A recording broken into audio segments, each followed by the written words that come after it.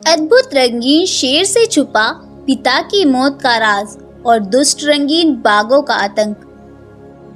एक जंगल में शिम्बा नाम का एक शेर रहता था। शिम्बा शेर बहुत ही अच्छे स्वभाव और शांत मिजाज वाला शेर था। शिम्बा का एक दोस्त भी था जिसका नाम था बगीरा। बगीरा बचपन से ही खूबसूरत अद्भुत रंगों वाला शेर था। बगीरा के अंदर अजीब सी शक्तियां थी। उसका रंग हर दिन बदलता रहता था, लेकिन इस बात से वह बिल्कुल खुश नहीं था और हर वक्त इस बात को लेकर उदास रहता था। एक दिन बगीरा शिम्बा के पास जाता है और उससे बोलता है, अरे सिम्बा भाई, यार मेरे साथ पता नहीं ऐसा क्यों होता है। मेरा रंग हर दिन क्यों बदल जाता है। अब मैं इस चीज़ से बहुत परेशान आ गया हूँ। मैं हर दिन खुद को बदला हुआ पाता हूँ, जिससे मुझे कोई भी पहचान नहीं पाता और मैं अपने ही जंगल में अनजानों की तरह भटकता रहता हूँ। और यार सिम्बा, मुझे मेरे अंदर अजीब सी शक्तियाँ महसूस देती हैं। पता नहीं ऐसे क्यों होता है, जबकि मैं तो इतना खास भी नहीं हूँ। अपने दोस्त बगीरा की बात सुनकर शिम्बा बोलता है, अरे इसमें परेशान होने की क्या बात है भाई। ये तुम्हारा रंग तो बचपन से ही कुदरती है, और अगर तुम्हारे अंदर शक्तियां हैं भी तो तुम उन्हें अच्छे कामों के लिए इस्तेमाल करो। तुम जंगल के बाकी जानवरों की मदद करो और फिर देखो सब तुम्हें कैसे अपना मसीहा मानने लगेंगे। सिम्बा के ऐसा कहने से बगीरा शेर जानवरों की मदद करने का सोच लेता है और आए दिन वह किसी न किसी जानवर की मदद करने लगता है। इसी तरह सिम्बा और बगीरा के जंगल में सब कुछ सुख शांति से चलता रहता है और सिम्बा और बगीरा के होते हुए सभी जानवर खुद को सुरक्षित महसूस करते हैं और खुशी खुशी उस जंगल में रहने लगते हैं। वहीं सिम्बा शेर के जंगल से कुछ दूरी पर एक जंगल था। उस पूरे जंगल पर 3 रंगीन बाघ भाइयों का कब्जा था। वह बाघ बड़े ही क्रूर और जालिम किस्म के थे।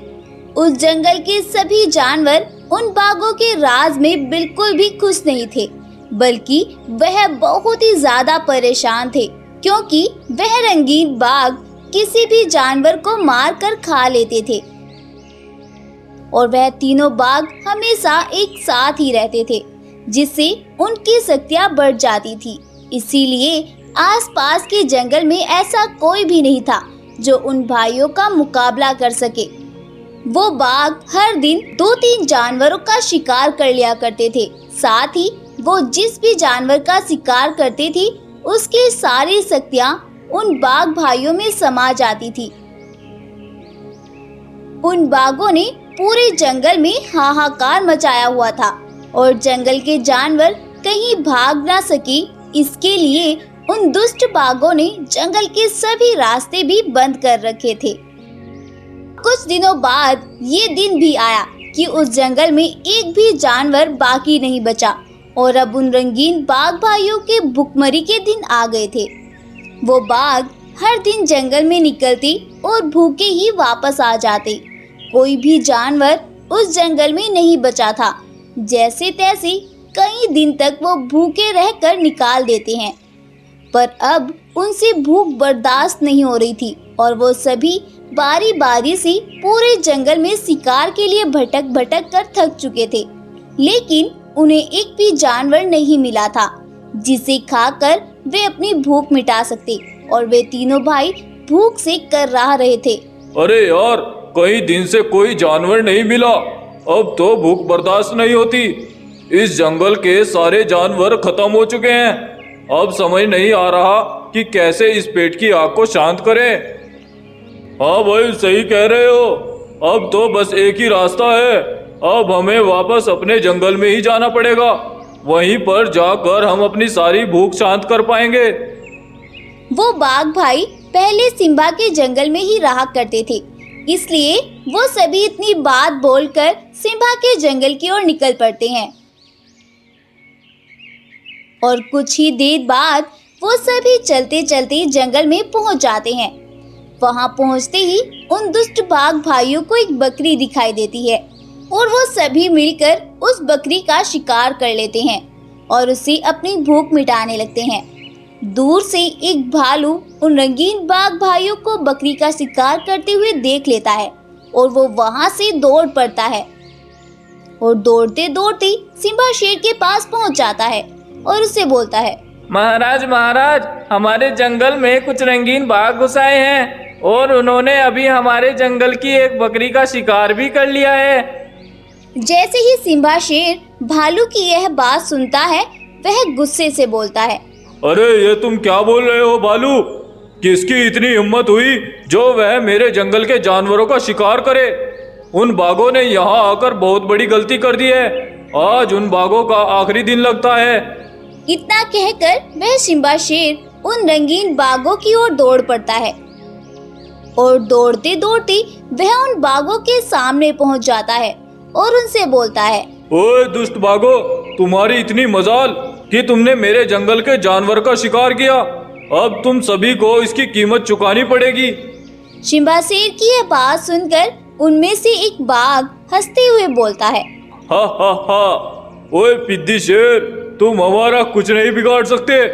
हम तीनों भाई एक दूसरे की ताकत हैं और तुम्हारी ताकत हमारे सामने कुछ भी नहीं है।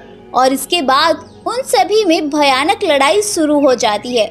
लेकिन वे बाघ भाई सिम्बा शेर से बहुत ज्यादा ताकतवर थे, जिस वजह से वह सिम्बा शेर को बुरी तरह से घायल कर देते हैं। लेकिन सिम्बा अपनी सूझबूझ दिखाते हुए अपनी जान बचाकर वहां से भाग जाता है और दौड़ते हुए अपनी गुफा के पास पहुंच जाता है। जैसे ही बगीरा शेर सिम्बा शेर की यह हालत देखता है वह उसके पास जाता है और उससे बोलता है, अरे अरे सिम्बा भाई, तुम इतने जख्मी कैसे हो गए? ये सब किसने किया?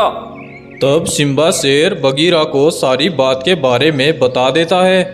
सिम्बा की बात सुनकर बगीरा बोलता है, अरे भाई, अगर उन बाघों की ताकत इतनी ही विशाल है तो हम उनका सामना कैसे करेंगे? वह दोनों वहां खड़े हुए बातें कर ही रहे थे कि वहां पर एक बूढ़ा भालू आ जाता है और उन दोनों से बोलता है, बेटा बगीरा, तुम शायद एक बात नहीं जानते। अब से कुछ साल पहले मैं इसी जंगल में रहता था, लेकिन जब तुम 2 दिन के थे तब मैं ये जंगल छोड़कर चला गया था। और जब मैंने तुम्हारी खबर सुनी कि तुम बड़े हो गए हो तो मैं यहाँ चला आया। बाबा, क्या आप मुझे जानते हो? मेरी तो कुछ भी समझ नहीं आ रहा, आप क्या कह रहे हो? हाँ बेटा, मैं तुम्हें अच्छे से जानता हूँ। जब तुम 2 दिन के थे तुम्हारे माता पिता इस जंगल के राजा हुआ करते थे। वह तुम्हारी तरह बिल्कुल रंगीन और शक्तिशाली थे और वह दोनों बहुत अच्छे से जंगल का ख्याल रखा करते थे। लेकिन उन रंगीन बाघ भाइयों ने एक टोली बनाकर उन्हें धोखे से मार डाला था और पूरे जंगल पर अपना आतंक फैला दिया था। और उन्होंने बहुत से जानवरों को मारने के बाद ये जंगल छोड़ दिया था और किसी दूसरे जंगल में जाकर रहने लगे थे। बगीरा शेर भालू की यह बात सुनकर बोलता है, मतलब उन रंगीन बाघों ने ही मेरे माता पिता को मारा था? बालू बाबा, वे रंगीन बाघ भाई अब फिर से हमारे जंगल में लौट आए हैं और उन सभी ने मिलकर मेरे दोस्त सिम्बा को भी बुरी तरह से जख्मी कर दिया है। और अब वे सभी जंगल के जानवरों को अपना शिकार बनाते फिर रहे हैं। लेकिन भालू बाबा, अब हम उनका सामना कैसे करेंगे?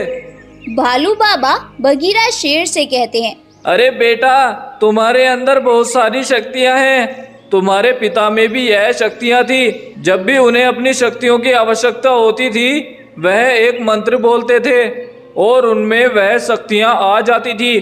मैं तुम्हें वह मंत्र बताता हूँ। जैसे ही तुम वह मंत्र बोलोगे तुम्हारे पिता की सारी शक्तियां तुम्हारे अंदर आ जाएंगी। तब रंगीला शेर भालू बाबा के साथ साथ मंत्र बोलता है और रंगीले शेर के पिता की शक्तियां उसके अंदर आ जाती है और वह शेर अपनी शक्तियों के साथ उन दुष्ट रंगीन भाइयों का सामना करने के लिए उनके सामने पहुंच जाता है और अपनी सारी शक्तियों से उन दुष्ट बाघों पर हमला बोल देता है। एक साथ सारी शक्तियों का हमला वे सहन नहीं कर पाते हैं और वहीं पर गिरकर मर जाते हैं। उन बाघों के मरने के बाद बगीरा सिम्बा दोनों ही बहुत खुश होते हैं और वापस अपनी गुफा पर आ जाते हैं।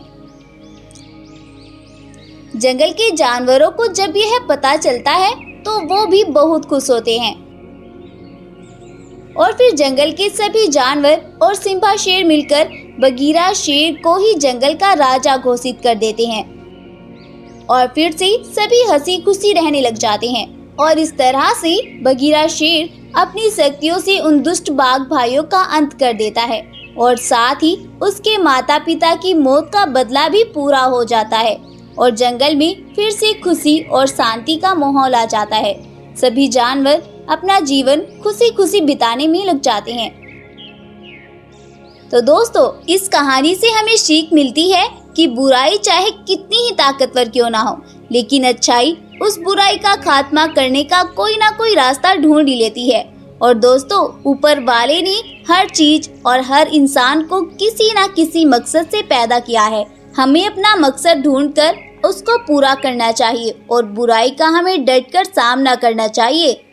स्टोरी पसंद आई हो तो वीडियो को लाइक करें, शेयर करें और इस तरह की वीडियोस की अपडेट सबसे पहले पाने के लिए हमारे चैनल को सब्सक्राइब करना बिल्कुल ना भूलें। जल्द ही मिलते हैं एक और न्यू वीडियो के साथ। तब तक के लिए goodbye and take care. Thank you.